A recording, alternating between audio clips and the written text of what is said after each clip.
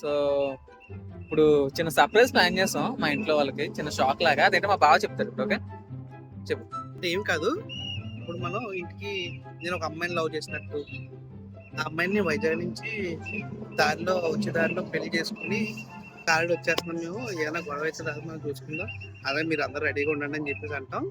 ఇంటికి వెళ్ళిన తర్వాత మొత్తం బురకేస్తాం. ఇంటికి వెళ్ళిన తర్వాత ఓపెన్ రివీల్ చేస్తాను అనమాట. ఎందుకు నేను చేసుకుంది ఎవరిని అంటే పవన్ని. అది ఇలా అన్నయ్య. సో అది చిన్న గేమ్ ప్లాన్ చేసాం. ఒక అమ్మాయిని పెళ్లి చేసుకుని లేపుకి వెళ్తున్నట్టుగా ఇంట్లో టెన్షన్ క్రియేట్ చేసి ఇంట్లో వాళ్ళకి షాక్ అయిపోవాలి. ఏంటి బాబా అన్న ఇంకోసారి అన్న షాక్ అయిపోవాలి. అది ఇప్పుడు ఎవర్రా అని రివ్యూ అయ్యే లోపు అది మా అన్నయ్య అనమాట. అది చూద్దాం ఏమవుద్దు. Okay okay okay okay okay. అంటే రిజిస్టర్ మ్యారేజ్ కూడా మాట్లాడారంట. అంటే ముగ్గురు ఉండాలంట.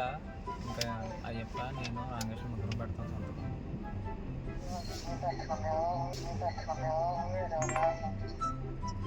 రాత్రి చెప్పాను వెళ్ళలేదు. ఇంకా మునిగింది మనం చేయలేం కదా. అమ్మాయి అంటుంది పెళ్ళి కూడా వద్దు తీసుకెళ్ళిపోనన్ను ఉంటే చాలంట. సరే సరే ఒకసారి రాగు గుడి దగ్గరికి వస్తాం. ఒకసారి చేస్తాను. ఒకసారి చేస్తాను చెల్లి ఒకసారి. సరే అంటే అమ్మాయి కంగారు పడుతుంది. సరే అంతా అయిపోయిందో ఫోన్ చేస్తాను. సరే